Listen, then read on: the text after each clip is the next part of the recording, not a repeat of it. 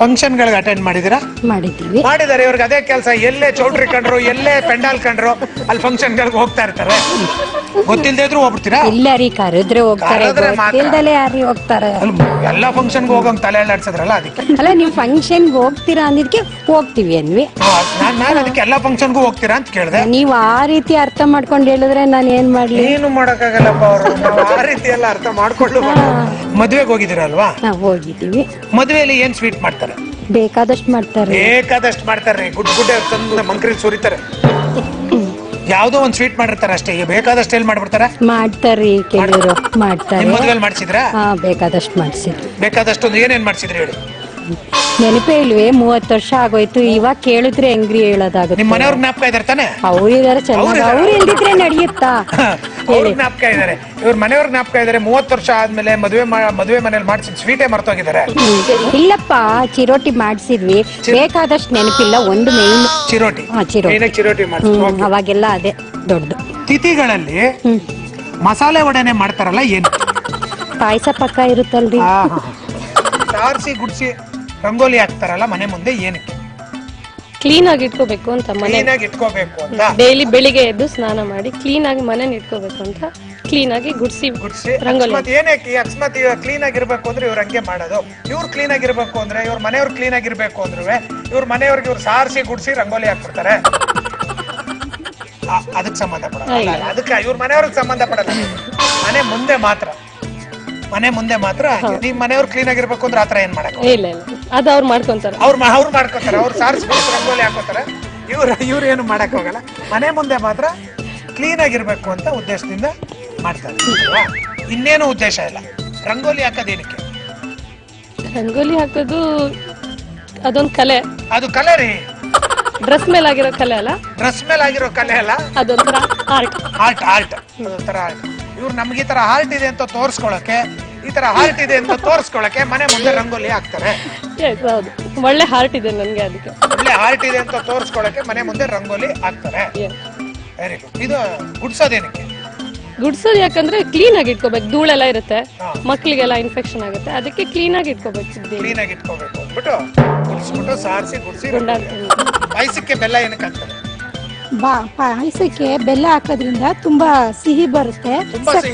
ಮಾಮೂಲಾಗಿ ಸಿಹಿ ಇರುತ್ತದು, ಆಮೇಲೆ ತುಂಬಾ ಸಿಹಿ. ಇಲ್ಲ, ಸಕ್ಕರೆಗಿಂತ ಇದು ಚೆನ್ನಾಗಿರುತ್ತೆ ಟೇಸ್ಟ್ ಅಂತ. ಅದು ಅಲ್ದಿರ ಅದ್ರಲ್ಲಿ ಕಬ್ಬಿಣಾಂಶ ಎಲ್ಲ ತುಂಬಾ ಜಾಸ್ತಿ ಇರುತ್ತೆ. ಕಬ್ಬಿಣದ ಅಂಶ ಜಾಸ್ತಿ ಇರುತ್ತೆ. ಅದಕ್ಕೋಸ್ಕರ ಅದು ಶರೀರಕ್ಕೆ ಬೇಕಾಗಿರೋ ಅಂತ ಕಬ್ಬಿಣದ ಅಂಶ. ಹೌದೌದು, ಅದಲ್ಲ. ಅದು ಎಲ್ಲ ಚೆನ್ನಾಗಿ ಹೇರಳವಾಗಿ ಸಿಗುತ್ತೆ. ಹೇರಳ ಅಂದ್ರೆ ಹೆಚ್ಚಿಗೆ ಅಂತ ಆತರ ಸಿಗುತ್ತೆ. ಅದಕ್ಕೋಸ್ಕರ ಪಾಯಸ ಮಾಡ್ಬೇಕಾದ್ರೆ ಬೆಲ್ಲ ಹಾಕಿ ಮಾಡಿದ್ರೆ ತುಂಬಾ ಚೆನ್ನಾಗಿರುತ್ತೆ, ಆರೋಗ್ಯಕ್ಕೂ ಒಳ್ಳೇದು ಅಂತ ದೊಡ್ಡವ್ರು ಹೇಳಿದ್ದಾರೆ. ಅದು ನಾವು ನಂಬ್ಕೊಂಡಿದ್ದೀವಿ. ಇಲ್ಲ, ನಮ್ಮ ಹಿರಿಯಕರು ಹೇಳಿದ್ದಾರೆ. ಮತ್ತೆ ಸೈಂಟಿಫಿಕ್ ಹೌದೌದು, ಅವ್ರವ್ರ ಫ್ಯಾಮಿಲಿಗಳಿಗೆ ಹೇಳಿದ್ದಾರೆ. ಎಲ್ಲ ಅದಕ್ಕೋಸ್ಕರ ಬೆಲ್ಲದ ಪಾಯಸ ಕುಡಿದ್ರೆ ಚೆನ್ನಾಗಿರುತ್ತೆ, ಟೇಸ್ಟ್ ಆಗು ಇರುತ್ತೆ. ಎಲ್ಲದಕ್ಕೂ ಶರೀರಕ್ಕೆ ಕಬ್ಬಿಣಾಂಶ ಸಿಗುತ್ತೆ. ಅದು ಚೆನ್ನಾಗಿರುತ್ತೆ. ಬ್ಲಡ್ ಎಲ್ಲ ಚೆನ್ನಾಗಿ ಬರುತ್ತೆ. ಅದಕ್ಕೋಸ್ಕರ ಆಚೆ ಅಲ್ಲಪ್ಪ, ಶರೀರಕ್ಕೆ ಬರುತ್ತೆ. ಹೌದೌದು, ಬ್ಲಡ್ ಆಚೆ ಬಂದ್ಬಿಡುತ್ತೆ. ಇಲ್ಲ, ಆಚೆ ಬರೋದು. ಆಕ್ಸಿಡೆಂಟ್ ಆದ್ರೆ ಮಾತ್ರ ಆಚೆ ಬರೋದು. ಅದಕ್ಕೋಸ್ಕರ ಬೆಲ್ಲ ಹಾಕೋದು. ಹೌದೌದು. ಆಕ್ಸಿಡೆಂಟ್ ಆದ್ರೆ ರಕ್ತ ಆಚೆ ಬರೋದಕ್ಕೋಸ್ಕರ ಪಾಯಸಕ್ಕೆ ಬೆಲ್ಲ ಹಾಕ್ತಾರೆ. ಅದ್ ಹೇಳಿಲ್ಲಪ್ಪ, ನಾನು ಹಂಗೆ ಹೇಳಿಲ್ಲ. ನೀವೇನೇನೋ ಅರ್ಥ ಮಾಡ್ಕೋತಿದ್ದೀರಲ್ಲ. ಅಲ್ಲ, ನಾವ್ ಹೋಗ್ತಾ ಇದ್ರೆ ಗಾಡಿ ಯಾವ್ದನ ಆಕ್ಸಿಡೆಂಟ್ ಆದ್ರೆ ಅವಾಗ ಬ್ಲಡ್ ಹೊರಗಡೆ ಬರುತ್ತೆ ಅಂತ ಹೇಳಿದ್ದು. ಬ್ಲಡ್ ಹೊರಗಡೆ ಬರೋದಕ್ಕೆ ಬೆಲ್ಲ ಹಾಕೋದು. ಅದಕ್ಕೆ ಅಂತ ಹೇಳಿಲ್ಲ ನೀವು. ಅದಕ್ಕೆ ಆಕ್ಸಿಡೆಂಟ್ ಬೇರೆ. ನೀವು ಕನ್ಫ್ಯೂಸ್ ಮಾಡ್ಕೋಬೇಡ್ರಿ. ಪೈಸಾ ಬೇರೆ, ಆಕ್ಸಿಡೆಂಟ್ ಆಗೋದು ಬೇರೆ. ಅದೇ ಬೇರೆ, ಇದೇ ಬೇರೆ. ತಿಳ್ಕೊಳ್ಳಿ. ನಿಮ್ love marriage, arrange marriage? Arrange marriage. ಯಾಕೆ? ಯಾಕೆ ಮನೆಯವ್ರು ಫಿಕ್ಸ್ ಮಾಡಿ ಇಲ್ಲ ಇಲ್ಲ ಮನೆಯವ್ರು ಫಿಕ್ಸ್ ಮಾಡ್ಬಿಟ್ಟಿದ್ರು, ಮಾಡ್ಕೊಂಬಿಟ್ಟೆ, ಏನು ಮಾಡಕ್ಕಾಗಲ್ಲ ಅಂತ ಅಂತ ಇದಾರೆ. ಲವ್ ಮ್ಯಾರೇಜ್ ಒಳ್ಳೇದ ಅರೇಂಜ್ ಮ್ಯಾರೇಜ್ ಒಳ್ಳೇದ? ಅರೇಂಜ್ ಮ್ಯಾರೇಜ್ ಯಾಕಂದ್ರೆ ಅರೇಂಜ್ ಅಂದ್ರೆ ಎಲ್ಲ ಮನೆಯವ್ರು ಎಲ್ಲ ನೋಡ್ಕೊಂಡು ಎಲ್ಲ ಮಾಡ್ತಾರೆ. ಫ್ಯಾಮಿಲಿ ಎಲ್ಲ ನೋಡ್ಕೊಂಡು ಎಲ್ಲ ಮಾಡ್ತಾರೆ. ಹೌದು, ಫ್ಯಾಮಿಲಿ ಹೇಗಿದೆ, ಹುಡುಗ ಹೇಗಿದೆ ಎಲ್ಲ ಮನೆಯವ್ರ ಅಪ್ಪ ಅಮ್ಮ ನೋಡ್ಕೊಂಡು ಮಾಡ್ತಾರೆ. ಅದಕ್ಕೋಸ್ಕರ ಲವ್ ಮ್ಯಾರೇಜ್ ಅಂದ್ರೆ ಅವ್ರ ಪ್ರಾಬ್ಲಮ್ ಆದ್ರೆ ಅವರೇ ಸಾಲ್ವ್ ಮಾಡ್ಕೊಳ್ಬೇಕು. ಅಪ್ಪ ಅಮ್ಮ ಏನ್ ಸಪೋರ್ಟಿಗೆ ಬರಲ್ಲ. ಅಪ್ಪ ಅಮ್ಮ ಸಪೋರ್ಟಿಗೆ ಬರೋದಕ್ಕೋಸ್ಕರನೇ ಅರೇಂಜ್ ಮ್ಯಾರೇಜ್ ಮಾಡ್ಕೋತಾರೆ. ವ್ಯಾಲೆಂಟೈನ್ಸ್ ಡೇಗೆ ಗೌರ್ಮೆಂಟ್ ರಜಾ ಕೊಡ್ಬೇಕೋ ಬೇಡವಾ? ಬೇಡ, ಕೊಡುದು. ಯಾಕೆ?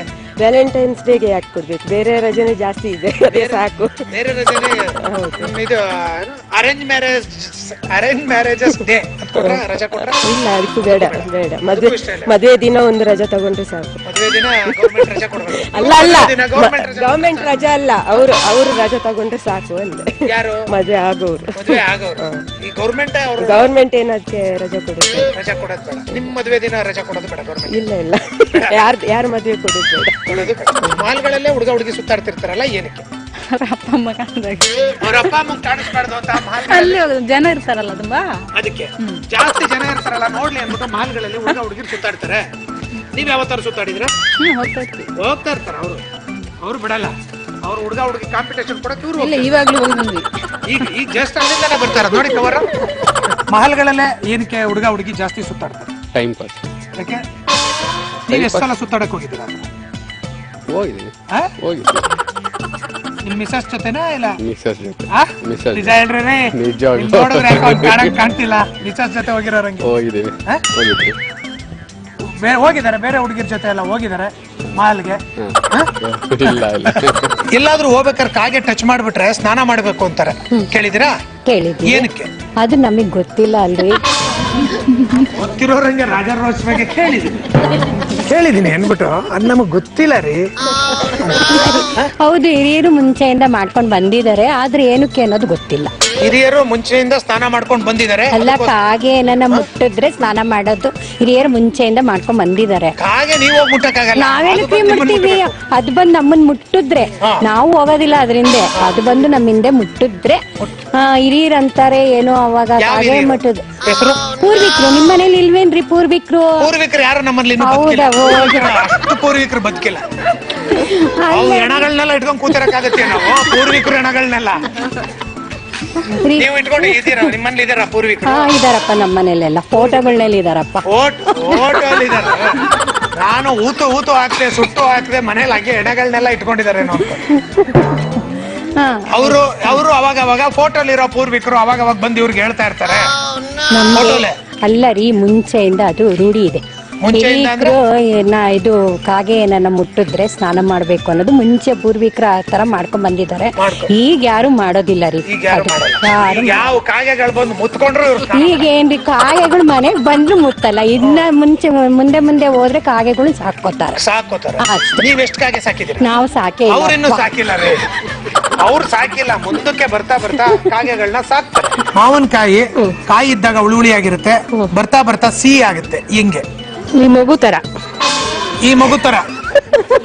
ಇದಕ್ಕೆ ಈಗ ಏನು ಗೊತ್ತಿಲ್ಲ. ಈ ಮಗು ತರ ಇವ್ರ ನೆಕ್ ನೋಡಿದರೆ ಹುಳಿ ಆಗಿದೆ, ಬರ್ತಾ ಸಿಹಿ ಆಗುತ್ತೆ. ಅದು ವಯಸ್ಸಾಗ್ತಾ ಜನಗಳಿಗೆ ಸ್ವಲ್ಪ ಮೆಚುರಿಟಿ ಬರುತ್ತಲ್ವಾ, ಆ ತರ ಚಿಕ್ಕದಲ್ಲಿರುವಾಗ ಅಷ್ಟು ಗೊತ್ತಾಗಲ್ಲ. ಹಣ್ಣಾದ್ಮೇಲೆ ತುಂಬಾ ಸಿಹಿಯಾಗಿ ದೊಡ್ಡ ಮನುಷ್ಯರು ತರ ಹಂಗೆ ಹೇಳಿದ್ರ? ನಾನ್ ನೆಕ್ ನೋಡ್ತಾ ಇರ್ತೇನೆ ಅವಾಗ. ಮಗು ಇದ್ದಾಗ ನೆಕ್ ನೋಡಿದರೆ ಹುಳಿ ಆಗಿದೆ, ಸ್ವಲ್ಪ ದೊಡ್ಡದಾದ್ಮೇಲೆ ನೆಕ್ ನೋಡಿದ್ರೆ ಸಿಹಿ ಆಗಿರ್ತಾರೇನೋ ಆ ತರ ನೆಕ್ ನೋಡ್ತೀವಿ. ಕಾಯಿನ ತಿಂದು ನೋಡ್ತೀವಲ್ವಾ, ಆಗ ಹುಳಿನೇ. ಈ ಮಗುನು ಅಷ್ಟೇ, ಇನ್ನದು ಮೆಚೂರ್ ಆಗಿಲ್ವಲ್ಲ. ವಯಸ್ಸಾದ್ಮೇಲೆ ತುಂಬಾ ಮೆಚೂರ್ ಆದಾಗ ನಾವು ಮಾತಾಡೋದ್ರಲ್ಲಿ ಸಿಹಿ ಆಗಿರುತ್ತೆ. ಆ ತರ ಮಾವಿನಕಾಯಿಗೂ ದೇವರು ಆ ತರ ಸೃಷ್ಟಿಸಿದ್ರು. ಇವ್ರಿಗೆ ಬಂದು ಹೇಳಿದ್ರು, ದೇವರು ಆತರ ಸೃಷ್ಟಿಸಿರೋದ್ನ ಇವ್ರಿಗೆ ಬಂದು ಹೇಳಿದ್ರು. ಅದೇ ಕಾರಣ, ಇನ್ನೇನು ಬೇರೆ ಕಾರಣನೇ ಇಲ್ಲ. ಯಾರಾದ್ರೂ ಅದಕ್ಕೆ ಸಿಹಿ ನೀರ್ ಹಾಕಿರೋದು? ಯಾರು ಹಾಕ್ತಾರೆ? ಇಲ್ಲ ಪಾತಿ ಮಾಡ್ಬಿಟ್ಟು ಸಿಹಿ ನೀರ್ ಹಾಕೋದು ಇಲ್ಲ. ಸ್ಟಾರ್ಟಿಂಗ್ ಹುಣಸೆ ಹಣ್ಣು ಕಿವುಚಿರೋದಲ್ಲಿ ಒಂದೊಂದು ಹಣ್ಣು ಹುಳಿಯಾಗಿರತ್ತಲ್ಲ, ಹಣ್ಣಾಗಿದ್ದಾಗ ಹೇಳ್ತಾರದ ಒಂದೊಂದ್ ಹಣ್ಣು ಹುಳಿಯಾಗಿರತ್ತಲ್ಲ, ಸಿಹಿ ಅಂತ ತಂದಿರ್ತೀವಿ, ಮನೇಲಿ ನೋಡಿದ್ರೆ ಹುಳಿ ಅಂದ್ರೆ ಹುಳಿ ಅಂದ್ರೆ ಹುಳಿ ಹಣ್ಣು ಹುಳಿ ಆಗ್ಬಿಟ್ಟಿದೆ. ಮಾರ್ಕೆಟ್ ಅಲ್ಲೇ ನೆಕ್ ನೋಡ್ಬೇಕು, ಗೊತ್ತಾಗಲ್ಲ. ಬೈತಾನ ಅವನು, ಬೈತಾನ ಅಂಗಡಿಯವನು, ಬೈತಾನೆ ಅನ್ನೋ ಉದ್ದೇಶಕ್ಕೆ ಹಂಗೆ ತಗೊಂಡ್ಬಂದ್ಬಿಡೋ ದುಡ್ಡು ಕೊಟ್ಬಿಟ್ಟು. ಅದೇ ಕಾರಣ.